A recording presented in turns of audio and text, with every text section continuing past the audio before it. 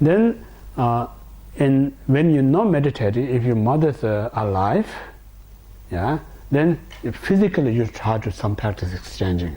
Say, mother having some physical things to do, so that may find hard for her.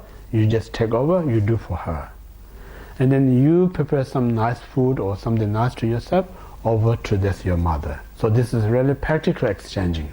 No? So both you will need to train up mentally and physically. So in this way, like just if you don't expect anything when you do this, mother going to be enjoying. Don't expect. Just realize what I'm doing is like not just a mother going to be say something nice to me. That's the wrong expectation. Because most time we get upset because of expectations. No, we do such little things. We expect so much someone when they know, because they're innocent. They don't have any idea what you're expecting. No, they think it's just you helping me, but then you're expecting something different than what you're doing. Then when you not respond in that way, you get upset. So we think this person upsetting me. Really, who set up this idea is ourselves. So this upset that we set up is not intelligent mind, it's ignorance mind. So this way we have to really take responsibility. My ignorance always create this set up ourselves. Then we victimize. We don't see that, but we always blame it to others. No, that's the world how it runs. No? So in order to not to kind of keep mistake, we need to really be mature. We have to grow up. So how to be mature, to how to grow up, we need to develop the wisdom. No? So that's the real training, like a wisdom, when you just think about when mother allows you, accept it, you have to grateful, so much thank you, you allow me to do these things for you. So I don't need more than that. You don't need to say thank you, no need to say anything. Just let me just do this, accept as great giving to me. No? So this way, if you train that way, then whether she's happy or not happy, it doesn't bother you. It makes you great happy when you help your mother. Yeah? And then once you feel comfortable in that practice, then you can slowly kind of extend. I always say like a Dharma practice is same like a running business. Yeah? Before you branch out your business, first, wherever you start, make sure it's solid. Without solid, if you branch out, you have more chance to bankruptcy than success. No? So in this the loving kindness, compassion, exchange, meditation, all is same idea, it's like a franchise. Yeah? First you make a good reputation, and then whole world wants that one, They come to you, please, can I have this business from your company? Rather than you have to go out and can you sell my product? So same thing, we have to start from ourselves first. Yeah? So that's the reason we need to be really develop the great condition. Then once we have a great condition, everyone wants from you. That's how we set the great business. So now, departing from the poetation by great Lama Sakapa, Kunga Nyingpo has a 4 paths. If you have attachment to this life, you are not Dharma practitioner. Second, if you have attachment to samsara, you do not have a renunciation. Third, if you have attachment self, you do not have a bodhicitta. Third, if grasping arises, you do not have a right view. So we completed first 2. Now third, if you have attachment self, you do not have a bodhicitta. That one. So also there's 3 parts, 4 parts I think. In order to benefit for others, practice loving kindness. In order to free from suffering, meditate on compassion. In order for others, attain Buddhahood is the bodhicitta.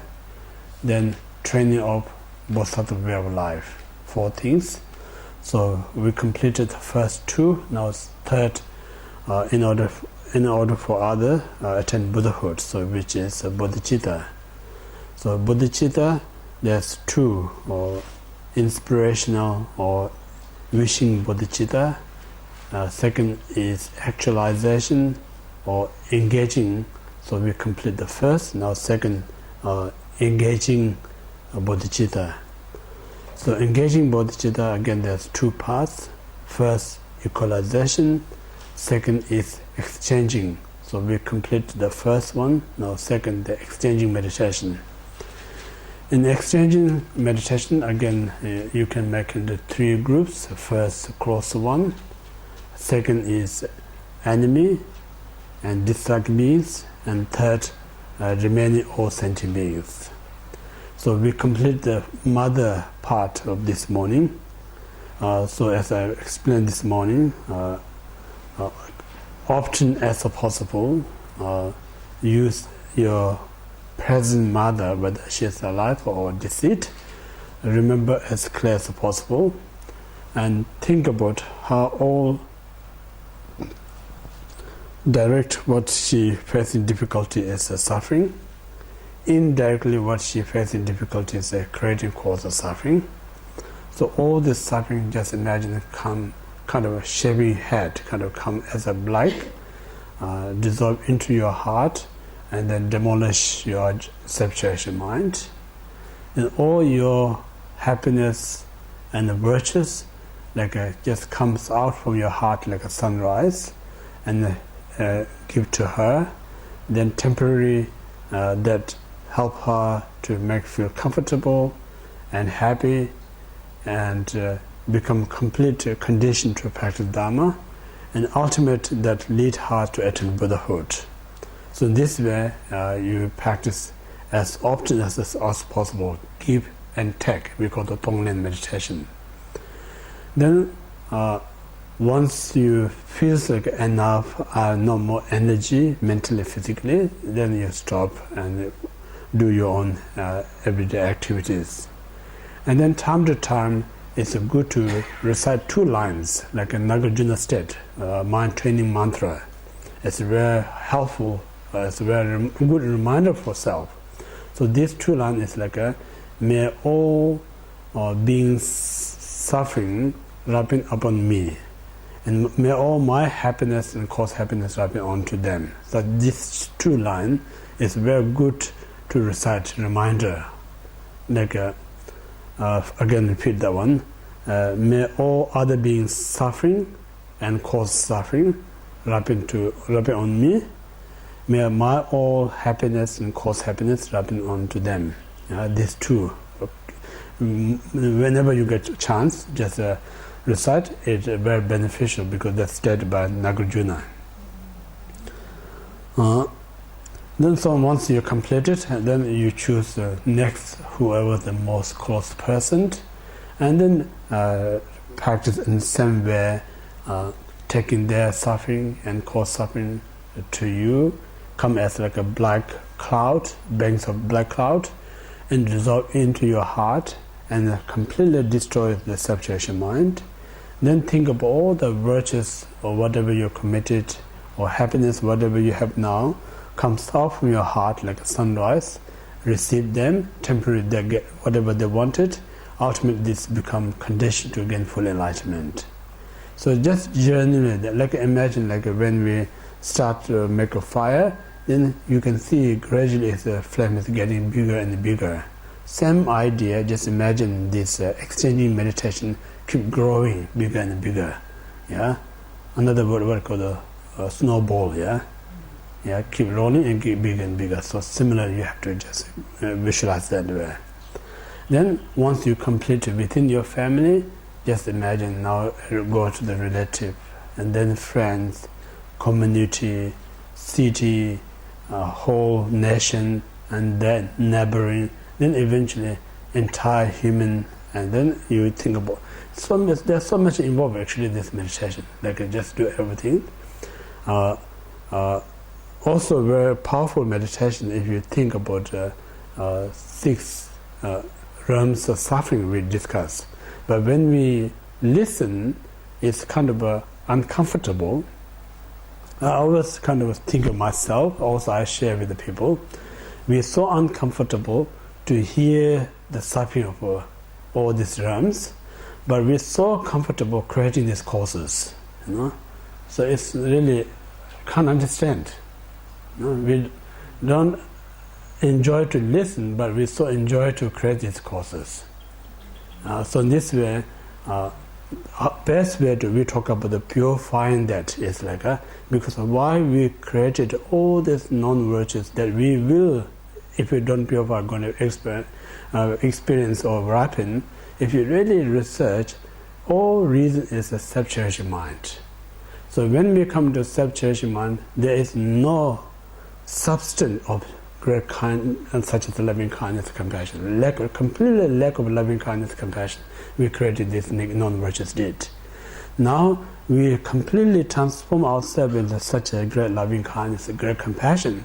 That's the reason these are the really great purifier. So now it's instead of feel uncomfortable, visualize them. Just imagine how horrible kind of suffering in the hell realms and hunger goes, and just without any doubt to bring them to you and dissolve in your heart, kind of crushing down your self-cherishing mind. Without any hesitate, every practice that you put effort, whatever you think again merit or virtues, give to them, and then imagine they feel relief or make you comfortable.